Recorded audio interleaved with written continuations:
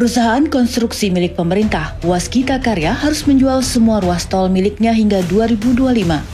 Langkah ini untuk menutup beban kredit investasi yang mencapai 50 hingga 54 triliun rupiah. Wakil Menteri BUMN Kartiko Wirjoatmojo mencatat utang PT Waskita Karya mencapai 90 triliun rupiah per September 2021. Kenapa tolnya dilepas? Memang karena kita berharap Waskita tidak lagi menjadi investor, tapi Waskita benar-benar kembali ke core konstruksinya, khususnya di beberapa sektor utama yaitu di air, di jalan, dan di kereta apian. Jadi memang nanti setelah tol-tol ini diselesaikan sampai 2025 bertahap tol ini akan dilepas. Ada yang akan diambil BUMN lain, ada yang diambil swasta, ada yang diambil INA atau SWF. Tapi Waskita diharapkan 2025 nanti kembali ke core bisnis awalnya, Pak.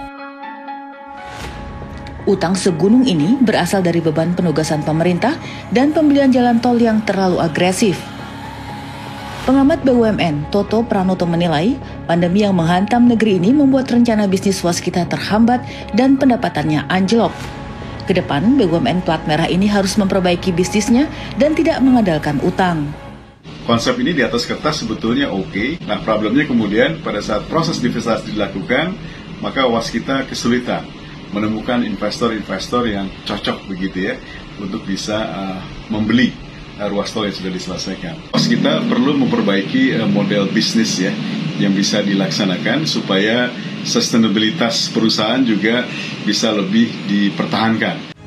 Penjualan aset jalan tol oleh Waskita Karya mendesak dilakukan sebelum perseroan ambruk, mengingat jumlah utang dan kewajiban yang dibayar sudah menumpuk. Kondisi ini harusnya jadi evaluasi pemerintah dalam memberikan penugasan bagi BUMN.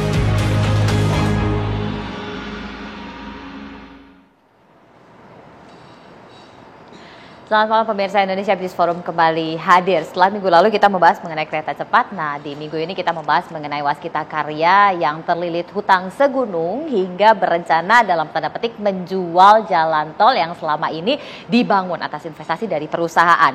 Nah, tentu ini mengejutkan banyak pihak karena jalan tol yang mestinya akses strategis kemudian harus dalam tanda petik dijual. Nah, mengapa bisa sampai demikian? Untuk itulah pada malam hari ini Indonesia Business Forum mengangkat tema mengenai Waskita Karya terbelit utang, semua jalan tol dijualkah? Nah, untuk itu saya sudah bersama dengan 3 orang narasumber di studio dan 1 orang narasumber yang terhubung melalui video conference. Saya sapa terlebih dahulu narasumber saya yang ada di studio. Yang pertama ada anggota Komisi 6 DPR RI dari fraksi PDI Perjuangan, Mas Dedi Yefri Sitorus. Mas Dedi, sehat? Boleh dipakai mic-nya Mas untuk bisa menyapa pemirsa. Harus terus sehat ya. Masih tetap bersemangat lah ya Mas. Oh, kita nggak semangat. Dan tentunya ini yang banyak orang menanti untuk bisa memberikan penjelasan lebih lanjut, benarkah tolnya dijual? Direktur Utama PT Waskita Karya Persero Tbk Bapak Destiawan Suwarjono. Pak Dirut, selamat malam. Selamat malam Mbak, selamat malam pemirsa. Sehat Pak Dirut? Alhamdulillah harus sehat ya, dan Pak. kita harus selalu sehat ya, semangat untuk bisa. Terima kasih sebelumnya Pak Dirut sudah berkenan hadir di IBF. Mbak. Dan bersama saya juga ada Mas Derajat Wibowo, ekonom senior Indef. Mas Derajat, selamat malam.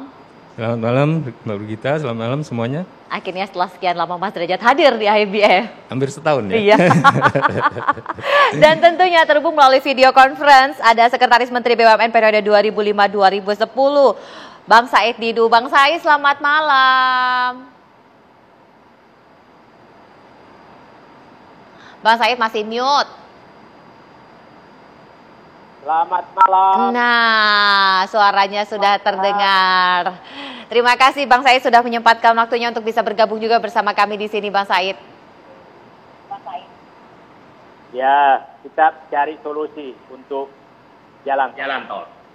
Baik, terima kasih Bang Said. Ini yang pertama harus kita klarifikasi karena di sini ada Pak Dirut, kita langsung ke Pak Dirut. Pak Dirut, banyak orang yang kemudian terkejut. Benar Waskita mau jual jalan tol, Pak. Silakan Pak Dirut. Terima kasih Mbak Regita. Jadi konsep bisnis Waskita itu kan memang bisnis utamanya adalah konstruksi gitu ya. Dan cara memperoleh proyek itu kan ada dua jalan. Pertama adalah ikut tender biasa, normal gitu yang dilakukan oleh pemerintah, BUMN maupun swasta. Yang kedua adalah ya dengan pengembangan bisnis. Jadi ini pengembangan bisnis yang kami lakukan adalah ya investasi jalan tol yang pada akhirnya nanti jasa konstruksinya akan mengerjakan pelaksanaan itu. Nah, Waskita ini cukup banyak proyek yang pengembangan jalan tol itu, karena penugasan yang tujuannya adalah untuk menyelesaikan ruas-ruas tol di Jawa khususnya gitu ya. Nah, pada saat pandemi inilah yang proses pengembangan bisnis ini kan pada akhirnya nanti juga akan di recycling. Jadi sebetulnya bukan menjual aset yang dimiliki Waskita, tapi memang proses bisnis itu setelah selesai beroperasi ditawarkanlah supaya bisnis Waskita berputar dan uang yang ada di situ itu juga berputar gitu. Tapi karena pandemi inilah akhirnya semua jadi menumpuk dan ini yang membebani Waskita. Jadi kalau dibilang jalan tolnya dijual semua, ya memang tujuan awalnya begitu gitu. Nah, cuman karena pandemi ini sehingga kami harus menyelesaikan ini secara cepat. Karena kalau tidak cepat, beban utang yang ada, yang kami tanggung ini sangat besar. Dan ini kan akan membebani perusahaan. Jadi intinya itu, gitu Mbak. Mas. Berapa banyak sih Pak jalan tol yang kemudian nantinya akan Waskita itu memiliki 19 konsesi. Dengan panjang 1082 km. Ya. Dan ini dilaksanakan dalam jangka waktu 5 tahun lebih, mulai dari tahun 2015. Gitu ya. Nah ini cukup besar memang, cukup panjang dalam waktu yang singkat menyelesaikan ruas tol yang panjang itu. Nah saat ini karena sudah ada yang didivestasi, tinggal 13 ruas yang sebagian sudah beroperasi sepenuhnya dan sebagian harus kami selesaikan untuk supaya pertama pendapatan, yang kedua juga bisa ditawarkan kepada investor. Dan semuanya ini 19 ruas ini tidak 100% dimiliki Waskita ya. Jadi ada partner, jadi ada yang memang 100% tapi ada yang kurang dari 100%. Ya. Yang banyak kemudian orang bertanya-tanya Pak, kok utangnya banyak banget ya Pak? Iya, jadi bisnis konstruksi ini memang bukan cuma untuk investasi, tapi pada saat proyek-proyek yang kami dapatkan ini ada juga memerlukan modal kerja. Proyek pemerintah memang ada uang muka dan kemudian ada pembayaran. Tapi pada saat defisit cash flow, kami memerlukan dana pinjaman untuk menyelesaikan proyek-proyek itu.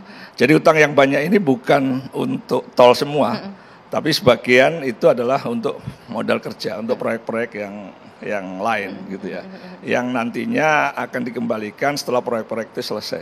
Jadi pandemi ini memang menghambat penyelesaian proyek karena produktivitas menurun, pendapatan juga berkurang. Nah, pinjaman yang tadinya harus bisa segera dikembalikan karena pendapatan dari produksi itu ini tertunda dan ini yang menyebabkan beban itu. Tapi dari beban yang banyak, utang yang banyak itu ya hampir 50-50 lah. Sebagian yang tadi 54 itu untuk jalan tol, yang sisanya untuk modal kerja. Nah, modal kerja ini nanti akan kembali pada saat proyek-proyek dari pemerintah maupun BUMN dan swasta itu selesai. Jadi yang menjadi beban berat ini memang untuk pinjaman untuk investasi tol itu. Gitu. Baik, kita ke Bang Said. Bang Said. Ya. Iya. Bang Said, ini Bang Said sempat menyampaikan kalau ini nanti di dalam tanda petik dijual, dimungkinkan loh melanggar hukum. Ya, saya perlu jelaskan gini. Jadi bahwa saya ingin menyatakan semakin cepat Waskita keluar semakin bagus. Karena sebenarnya ini penugasan yang korban adalah Waskita. Karena dari awal kita menyatakan banyak sekali jalan tol yang tidak ekonomis tapi ditugaskan kepada BUMN untuk menyelesaikan dan tidak dilaksanakan sesuai dengan pasal 66 Undang-Undang BUMN.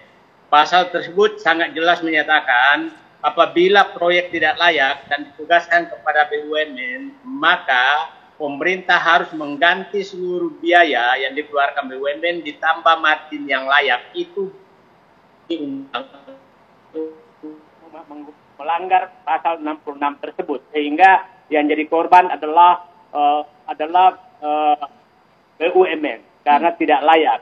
Yang kedua, menurut saya ada perubahan. Tadi Pak Dirut sudah menyatakan, Pak Wamen sudah menyatakan bahwa memang saya memang was-was pada saat BUMN konstruksi yang ahlinya jasa konstruksi diubah menjadi perusahaan investasi, malah menjadi developer. Itu yang saya was-was karena bukan di situ ahlinya BUMN konstruksi. Nah, yang saya katakan 3 undang-undang dilanggar begini. Undang-undang jalan tol sangat jelas menyatakan bahwa jalan tol itu harus dilelang agar mendapatkan tarif yang paling rendah dan waktu konsesi yang paling pendek. Penugasan ini tidak memakai lelang tersebut. Nah, sehingga menurut saya undang-undang ini dilanggar, akhirnya nanti masyarakat yang terbebani karena investasinya terlalu besar, maka tarifnya tinggi dan konsesinya lebih lama. Yang paling bahaya lagi karena ini dijual, berarti kalau waskita mengejar untung, tidak menjual rugi atau tidak menjual pas, dan pasti tidak menjual seperti itu, kalau investasinya sudah tinggi, terus orang yang membeli jalan tol tersebut, naikkan lagi harga, maka tarifnya pasti akan menjadi lebih tinggi lagi, dan waktu konsesinya menjadi lama. Akhirnya saya katakan, penugasan ini sudah menghancurkan BUMN, dan sudah menjadikan BUMN memberatkan masyarakat. Nah, undang-undang yang bisa dilanggar kedua, bahwa ini selalu menyatakan bahwa ini bukan penjualan aset. Mohon diingat bahwa BUMN konstruksi mendapatkan penyertaan modal negara untuk membangun jalan tol. Itu jelas-jelas uang negara langsung untuk pembangunan jalan tol. Dan aset negara yang digunakan BUMN juga adalah aset BUMN yang digunakan untuk membangun jalan tol, termasuk mengutang, menambah utang itu juga aset negara. Nah, kalau itu dijual, berarti menjual aset negara. Saya hanya mengingatkan Pak Dirut, tolong dibaca pasal 2 Undang-Undang Keuangan Negara, bahwa yang dimaksud aset negara itu adalah termasuk fasilitas atau hak tagih, termasuk konsesi yang diberikan negara kepada BUMN dan kepada pihak lain, itu adalah aset negara. Jadi jangan menyatakan bahwa jalan tol, jalan yang milik negara, konsesinya bukan aset negara. Konsesi dari negara adalah aset negara. Jadi, nah, harus diingat bahwa pelepasan aset di BUMN itu harus melalui proses persetujuan DPR, persetujuan Menteri Keuangan, dan ada peraturan pemerintah. Jadi saya mengingatkan was-was, ada wilayah abu-abu tentang pelepasan jalan tol jasa marga. Ada wilayah abu-abu. Nah, undang yang ketiga adalah Undang-Undang Keuangan Negara. Bahwa itu jelas, bahwa yang saya jelaskan tadi, coba diingat pasal 2 itu di Undang-Undang Negara, bahwa itu adalah termasuk aset negara. Jadi, saya hanya mengingatkan, jangan sampai Bapak Dirut menjadi nanti masalah di kemudian hari, karena mengabaikan ini. Saya juga menitip pada DPR, tolong diawasi ini. Jangan menyatakan seakan-akan ini bukan aset negara. Itu bisa perdebatan hukum. Jadi itu saya katakan, tapi saya mendukung bahwa waskita harus keluar segera untuk kembali ke core bisnisnya. Dan saya berharap BUMN jangan lagi jadi korban penugasan oleh pemerintah dari proyek-proyek yang tidak layak dan menyebabkan BUMN bangkrut karena tidak menggunakan secara utuh pasal 66 Undang-Undang BUMN. Banyak BUMN jadi korban seperti ini. Semoga bisa diselesaikan. Itu saya pikir, Mbak. Ya, baik. Lalu bagaimana supaya wilayah abu-abu ini tidak kemudian menyulitkan banyak orang? Nanti kita tanya sama Bang Deddy sesaat lagi. Tetaplah bersama kami. Ini tadi sebelum jeda, Mbak Said mengatakan ada wilayah abu-abu yang harus persetujuan DPR, kemudian Menkyu termasuk pemerintah sebagai stakeholder gitu ya. Bang Deddy, ini kan mitra nih Komisi 6 dengan kondisi waskita yang berdarah-darah ini, Bang Deddy. Komisi 6. Ya, saya mau bilang begini ya, setiap pemimpin tuh tentu punya visi sendiri. China itu tahun 70-an akhir tuh masih negara terbelakang. Panjang jalannya mungkin masih kalah dengan panjang jalan kita. Dan kita sudah lihat sendiri bahwa semua jalan tol yang dibangun itu, nyaris seluruhnya, itu adalah jalan yang memang sudah dirancang sejak zaman Orde Baru. Yang kemudian mangkrak karena krisis moneter 98 gitu ya. Jadi negara ini sudah berpikir jauh ke depan. Hanya saja sayangnya sejak runtuhnya Orde Baru itu tidak ada pemimpin yang berani atau punya kemampuan untuk melanjutkan itu. Karena apa? Negara ini butuh. Ya. Dari banyak sisi butuh supaya terkoneksi, ya. Nah, disitulah kelebihan Pak Jokowi, mimpi beliau bahwa ya memang kalau kita tidak lakukan sekarang, kita pasti ketinggalan dengan Vietnam, kita ketinggalan dengan Kamboja, bahkan dengan Burma. Kalau kita mau kembali ke keadaan sebelum pemerintahan Pak Jokowi, gitu ya. Nah, sekarang kembali lagi lah, terus penugasan oleh negara, segala macam. Ya memang BUMN tugasnya itu. Kalau bukan mau nugaskan BUMN, nugaskan siapa? Kementerian PUPR. Lah itu kan APBN murni, nggak ada uangnya. Kalau nunggu negara yang bangun jalan tolnya, kita tunggu 100-200 tahun lagi. Apa iya kita mau kalah sama Kamboja, sama Vietnam? Nah disinilah saya kira, dan saya juga mau kritik sedikit, gini, kesalahannya adalah bahwa bukan pemerintah tidak berpikir tentang BUMN ya, tetapi juga dulu itu banyak BUMN yang terlalu pede. Ya, saya kebetulan waktu itu menjadi komisaris di Waskita Beton. Dan saya berdebat panjang itu dengan Dirut pada waktu itu. Kenapa? Jadi fokus hanya di jalan tol. Ya, karena semua BUMN ini pasti mendapat penugasan dari negara. Ini soal visi bersama, visi pemimpin gitu ya. Nah, kelemahan di Waskita pada saat itu kalau menurut saya adalah memang terlalu fokus hanya pada bisnis jalan tol. Itu satu, dan kedua menggunakan metode yang namanya turnkey project. Itu kan? Jadi sejak awal memang seperti tadi disampaikan, Waskita itu tidak didesain sebagai pengelola jalan tol. Dari awal memang mikirnya kita bangun 3 konsesi, 1 konsesi dijual. Bangun 5 konsesi, 3 konsesi dijual. Supaya apa? Supaya bisa dibangun di tempat lain terus menerus. Nah kemudian kan menjadi masalah ketika terjadi pandemi COVID ya. Akibatnya apa? Semua proyek itu menjadi terhambat, kemudian semua harga-harga jadi naik, proses divestasi kemudian menjadi terhambat, ya karena semua investor wait and see, gitu ya. Itu yang menjadi kendala. Jadi bukan kesalahan apa-apa kalau menurut saya, inilah yang kita hadapi situasinya, gitu ya. Dan yang paling penting dari semua ini, itu tidak menjual aset negara, karena yang dijual adalah konsesinya, bukan asetnya. Asetnya itu tetap milik negara, tetapi dia diberi konsesi untuk mendapatkan yang namanya recurring revenue kan, keuntungan yang terus menerus selama masa konsesi itu. Jadi tidak ada di sini yang namanya penjualan aset negara. Dari awal memang desainnya adalah mengelola konsesi. Jadi gitu ini loh. bisnis. Pure bisnis dari awal memang sudah begitu. Jadi kalau ada orang yang bilang sekarang, oh ini untuk nutup utangnya karena sudah bangkrut, bla bla bla, itu aneh, gitu loh. Karena dari awalnya pun sudah diberitahu bahwa ini adalah yang namanya mengelola konsesi dan pasti akan dijual karena ini adalah konsesinya. Tapi DPR udah setuju. Ya sudah dong. Karena gini, tidak mungkin Waskita yang memang main bisnisnya adalah kontraktor, dipaksa untuk terus menjadi investor. Tetapi kalau Waskita tidak ditugaskan oleh negara mengerjakan itu, ya sampai sekarang ya begini-begini aja. Sampai 200 tahun lagi mungkin ya begini aja. Karena nunggu uang banyak dari mana APBN. APBN kita itu sudah dikunci 20% pendidikan, sekian persen pertahanan, sekian persen kesehatan. Ya mimpi aja kita bisa menang melawan Vietnam dan Kamboja. Jadi memang problemnya adalah satu, saya merasa memang selain masalah pandemi ya yang kemudian punya dampak ikutan, tetapi juga khusus Waskita karena kemarin terlalu fokus hanya kepada jalan tol sehingga yang namanya EPC kontraktor dimatiin, ya bahkan yang mengelola EPC-nya dipindah ke Jasa Marga, lalu ada lagi realty-nya nggak jalan, akhirnya fokus ke sana, itulah yang kemudian menjadi masalah sehingga dia kesulitan likuiditas dan sebagainya.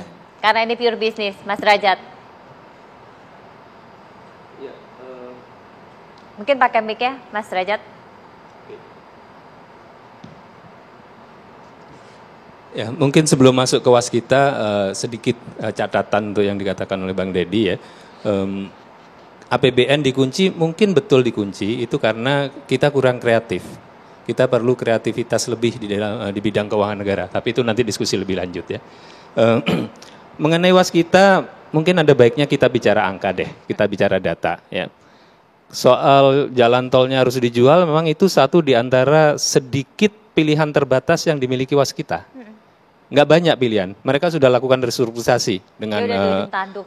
iya, sudah pilihannya sudah mentok, ibaratnya sudah kejedot. Kita lihat angkanya.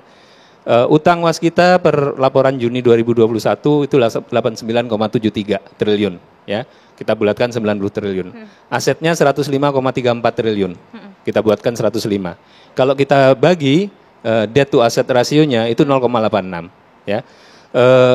Orang keuangan itu investor biasanya ngelihat yang debt to asset ratio 0,3 sampai 0,6. Kalau sudah 0,8 itu cenderung over leverage, artinya ya memang sudah ada di leher gitu. Walaupun masih di bawah 1 masih ya.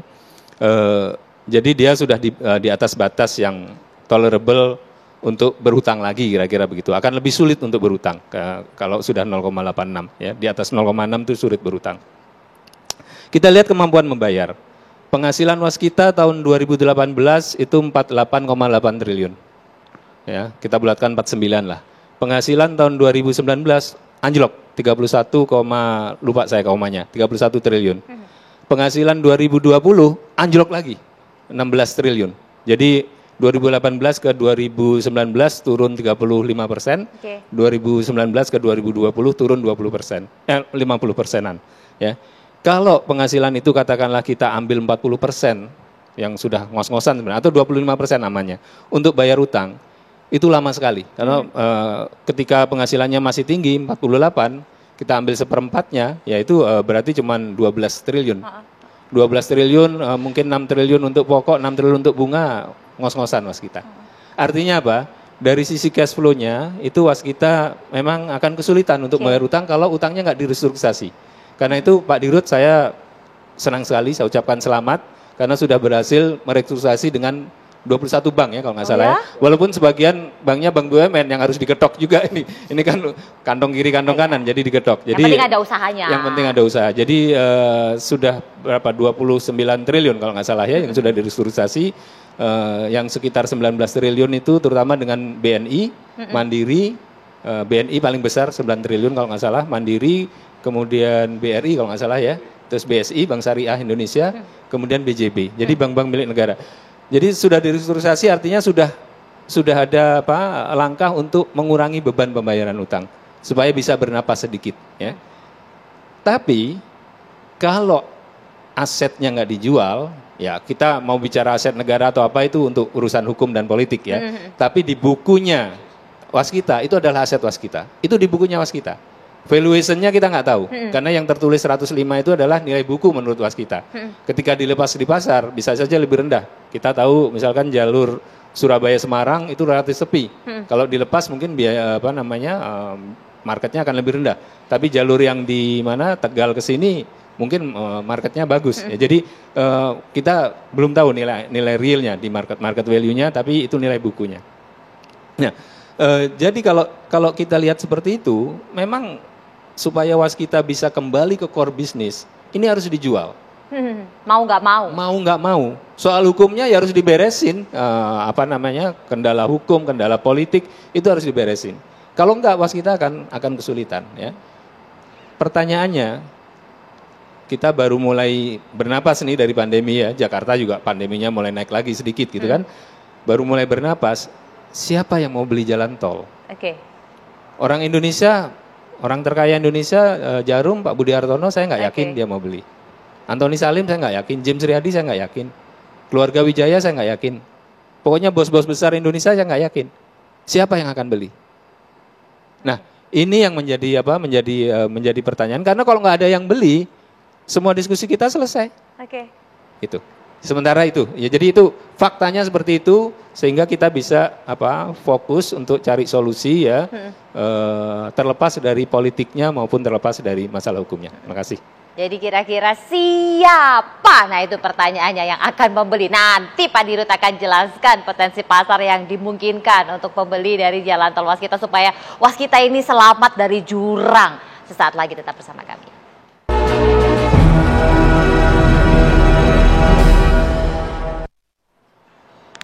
Kita langsung ke Pak Dirut. Pak Dirut mau dijual ke siapa ini barang? Silakan Pak Dirut. Iya, jadi sebetulnya kalau ruas-ruas tol itu sudah jadi, peminat dari luar negeri ini banyak. Mereka yang mempunyai dana jangka panjang ya, seperti pension fund itu, mereka tertarik gitu, untuk membeli ruas-ruas tol itu.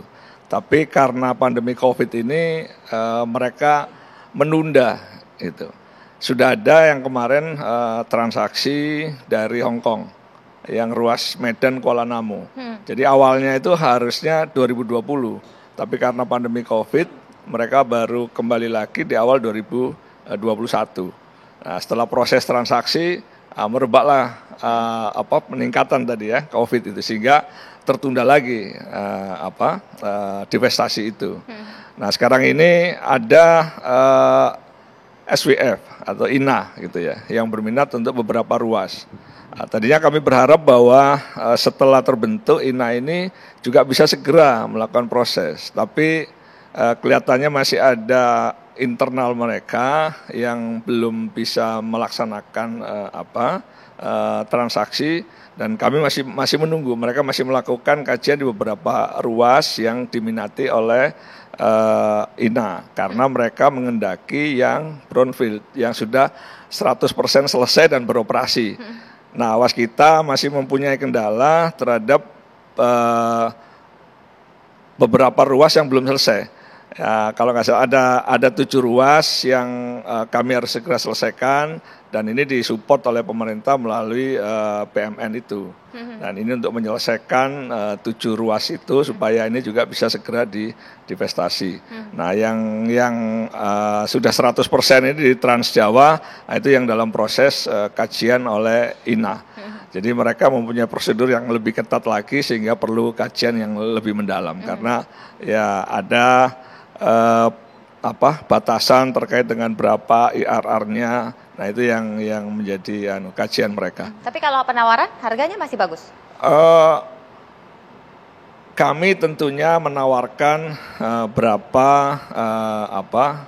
equity waskita, terus kemudian ditambah dengan biaya-biaya perolehan.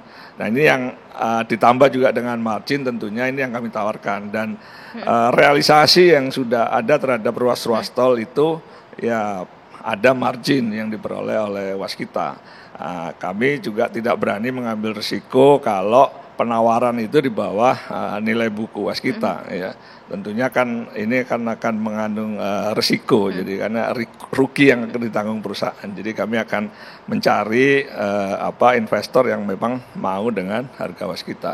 Kalau memang tidak terjadi dengan itu, ya artinya ini akan mundur lebih panjang lagi gitu. Tapi ya mudah-mudahan sih proses ke depan ini akan menjadi lebih baik setelah kondisi COVID ini menurun.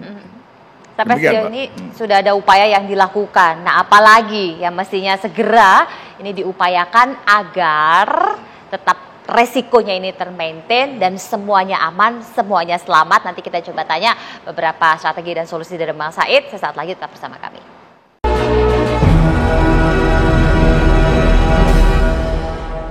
Bang Said, udah setuju Bang Said sebenarnya kalau Komisi 6-nya juga. Apalagi yang harus dilakukan, dan penawaran ini juga sudah dilakukan, investornya pun sudah siap segera menggelontorkan asal cuannya cocok. Saya sekali kontra bahwa jalan tol dijual demi menyelamatkan waskita. Saya tidak kontra itu. Yang saya indikan adalah hati-hati dalam pelaksanaannya. Karena tadi Pak Sitorus menyatakan ini bukan aset negara. Yang jelas dalam buku waskita sudah aset waskita. Menurut keputusan MK, aset BUMN adalah aset negara. Itu clear, tidak bisa dibantah. Yang kedua, konsesi itu adalah aset negara. Konsesi itu aset negara. Contohnya HGU itu sama dengan konsesi. HGU perkebunan, perusahaan perkebunan, kalau mau privatisasi itu harus izin DPR. Karena itu aset negara. Nah, jadi tolong hati-hati betul memakai ini. Saya hanya menyatakan, udahlah kenapa sih tidak diproses saja, kayak proses privatisasi. Pas kita mengusulkan, Menteri BUMN mengusulkan ke DPR bersama Menteri Keuangan, dibahas DPR, kemudian diizinkan. Nah, melakukan proses pelepasan aset. Nah, yang menarik Pak Dirut adalah Bapak harus hati-hati karena yang Bapak lakukan itu strategic sale, bukan IPO. Nah, ada ruang lagi bahaya di sini. Kalau di kemudian hari terjadi apa-apa, kenapa hanya dijual 100? Kenapa nggak 150? Itu menjadi ruang juga. Jadi saya betul-betul mengingatkan Pak Dirut, berhati-hati.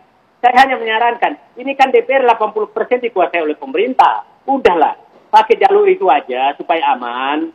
Kemudian, hati-hati terhadap proses negosiasi strategic sale. Itu banyak sekali orang menjadi korban karena strategic sale, bukan IPO. Kalau IPO nggak ada masalah. Nah, nanti orang menyatakan kenapa dijual ke sana, kenapa harganya ke sana. Ini proses jangka panjang. Jadi saya mengharapkan selain menunggu pembeli, udahlah, mending bersihkan dulu. Saya tidak mau ada teman saya yang berniat baik menjadi korban karena kesalahan prosedur. Ini prosedur saja. Itu saja, Pak. Ya, Bang Deddy bagaimana kemudian supaya semuanya aman? Ya saya kira kita berpikir positif lah. Ya, ini tentu sudah dikaji oleh Jaksa Agung, BPK dan sebagainya. Saya bukan ahli hukum, juga Pak Said bukan kalau menurut saya. Tapi saya percaya apa yang dilakukan oleh pemerintah, Kementerian BUMN maupun Waskita itu tentu sudah memperhatikan semua potensi-potensi yang bisa menjadi jebakan di kemudian hari. Dan kita bisa berdebat Pak Said, apakah ini aset negara atau bukan, konsesi itu aset apa bukan.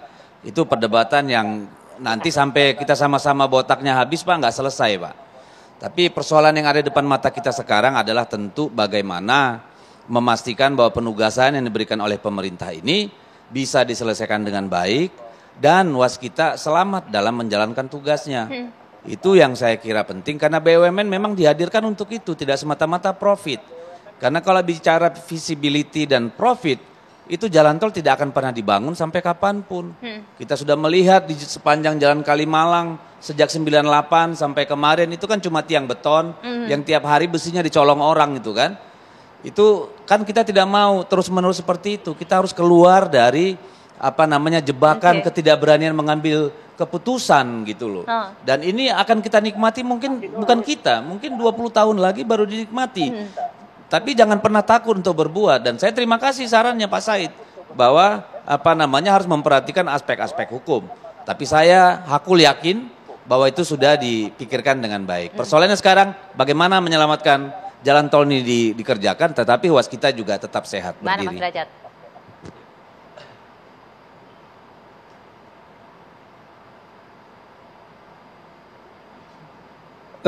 Saya rasa sih yang disarankan Bang Said Didu itu cara yang reasonable ya, dan mungkin akan lebih aman bagi Pak Dirut dan teman-teman ya.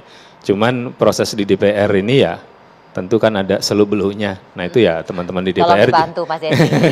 Teman-teman di DPR tentu juga harus bisa melihat lebih jernih ya mengenai prosesnya ini.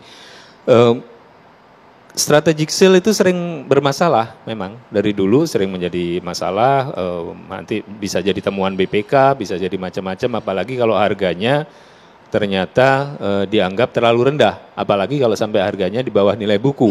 Wah, itu udah berat sekali ya. Jadi memang ini harus hati-hati. Nah, sumber masalahnya ya dengan Waskita dan BUMN lain yang ditugaskan ini karena memang kita agak nanggung dengan bisnis modelnya. Kalau sifatnya murni penugasan, itu Undang-Undang BUMN sudah mengatur, saya lupa pasalnya, pasal 66 kalau nggak salah ya, itu ya semuanya dibiayai negara. Jadi kalau memang ini sifatnya penugasan, ya sudah jalan tolnya diambil alih negara, dikelola oleh negara.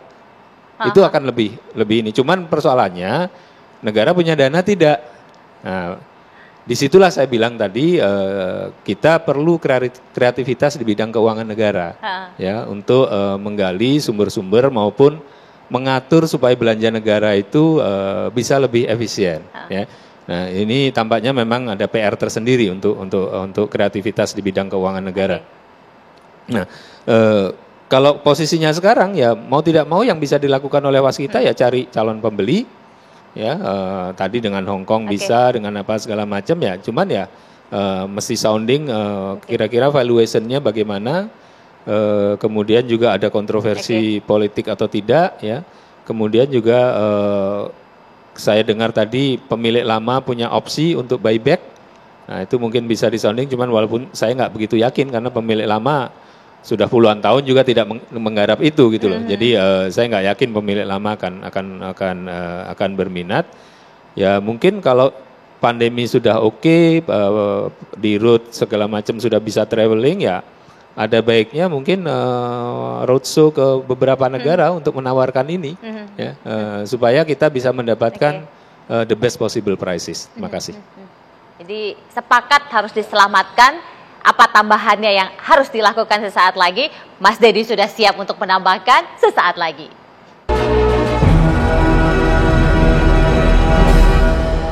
Silakan closing statement. Baik, terima kasih. Tentu saya perlu juga menggarisbawahi bahwa sedemikian butuhnya juga dengan pendanaan, saya kira tidak boleh konsesi jalan tol itu ditawarkan dengan harga di bawah buku, ya. Tidak ada untung, jual rugi, saya kira tidak. Karena pada akhirnya ini pemerintah juga harus turun tangan ketika memang benar-benar sudah tidak ada skenario lain. Nah, oleh karena itu saya minta tentu ini juga dipantau terus-menerus oleh Kementerian BUMN dan kepada Pak Dirut saya minta untuk benar-benar mengawasi progres dari setiap pekerjaan dan setiap proyek itu, dan juga untuk memikirkan banyaknya vendor yang masih ngantri nih untuk dibayar. Nah, ini dampak ikutannya ini yang kita juga harus pikirkan karena itu ekonomi real yang terpukul. Jadi betul-betul harus diperhatikan. Yang agak besar dikit ya dikasih kerjaan tambahan masih bisa hidup. Tapi yang kecil-kecil ini harus diperhatikan. Makasih. Baik, terima kasih Pak Dedi. Pak Said silakan.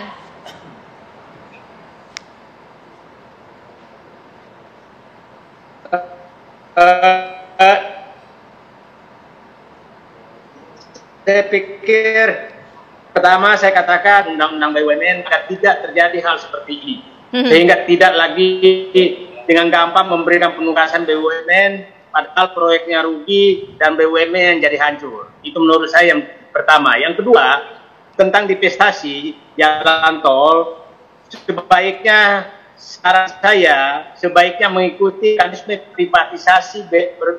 privatisasi dan pelepasan aset BUMN yang aset BUMN adalah aset negara. Itu saya pikir sebaiknya dilakukan, dan saya berharap Pak Sitorus agar ini tidak menjadi masalah terus.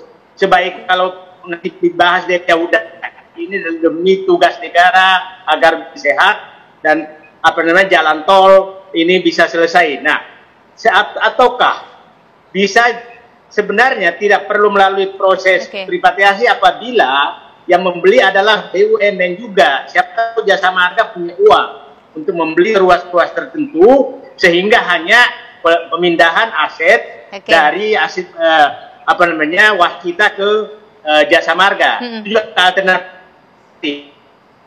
Baik. Nah, tapi saya sekali lagi mengingat jangan aset negara. Itu bahaya sekali. Itu saja. Baik, terima kasih Pak Said. Silakan Pak Dirut terakhir. Iya. Dari kami bahwa waskita harus segera terbebas dari beban utang supaya beban bunga yang ditanggung ini juga tidak menjadi beban perusahaan. Nah, upaya-upaya yang kami lakukan adalah bagaimana mempercepat proses penyelesaian ruas-ruas tol ini dan kemudian dilakukan divestasi yang tentunya juga harus memperhatikan syarat-syarat dan ketentuan-ketentuan hukum yang berlaku sehingga kami tidak mengalami kesalahan dalam proses transaksinya, dan kemudian secara legalitas pun juga ini aman buat kami, dan ini yang akan bisa mengembalikan waskita kepada performance yang sebelumnya gitu. Baik, terima kasih Bapak Desyawan Suwarjono, Direktur Utama PT Waskita Karya Persero Tbk, Mas Dedi Yefri Sitorus, anggota Komisi 6 DPR RI, Mas Derajat Wibowo, Ekonom Indef, dan juga Bang Said Didu, Sekretaris Menteri BUMN periode 2005-2010. Kita sama-sama berdoa saja, berharap agar Waskita segera dapat investor, jalan tolnya laku, akhirnya bisa selamat semuanya. Saya Brigita Manwara pamit, selamat malam, sampai jumpa.